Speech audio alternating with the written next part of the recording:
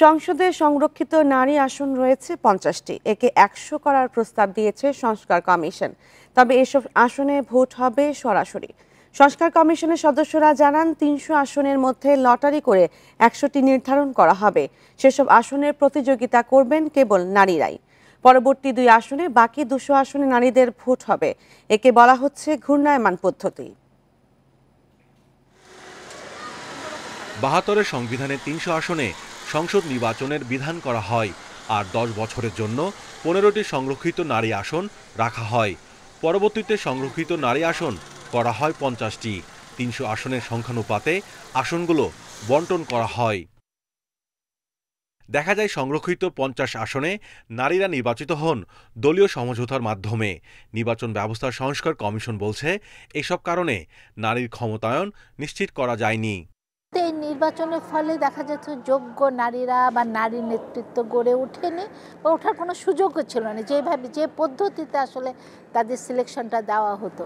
তারপরও সংরক্ষিত নারীদের জন্য 100 আসনের সুপারিশ করেছে সংস্কার কমিশন। পর্যায়ক্রমে 3 সংসদ নির্বাচনে 300 আসনে সংরক্ষিত নারীদের ভোট হবে। নারীরা যাতে আসলে প্রকৃত অর্থই নেতা বা নেত্রী হয়ে উঠতে পারে, দলের কর্মী হয়ে উঠতে পারে, সেই রকমভাবে একটা চিন্তা করছি যে এটা আমাদের ভাবনা হচ্ছে ঘূর্ণায়মান পদ্ধতি। পার্লামেন্টে যদি 350 বা 400 যে আসনে থাকুক না কেন, এটাকে একটা ভাগ করে এক একটা পার্লামেন্টে নারীদেরকে দেওয়া। সুতরাং লটের মাধ্যমে হয়তো আমরা নির্বাচন করলাম, কিন্তু ওখানে শুধু নারী প্রার্থীরাই প্রতিদ্বন্দ্বিতা করতে পারবেন, পুরুষরা কেউ থাকতে পারবেন না, যাতে করে আমরা পার্লামেন্টে প্রকৃত নারীদেরকে দেখতে পাই, এমপি হিসাবে, ওই স্বতন্ত্র সদস্য হিসেবে না। অতীতে দেখা গেছে একজন নারী সংসদীয় আসনে পরাজিত হয়েও সংরক্ষিত আসনে এমপি হয়েছেন। সংস্কার কমিশনের প্রস্তাবে এবার সে সুযোগ থাকছে না।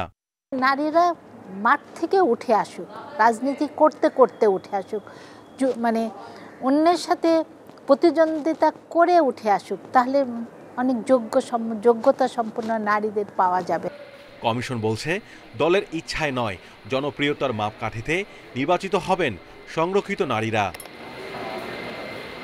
Mahmudul Hasan, independent news, Dhaka.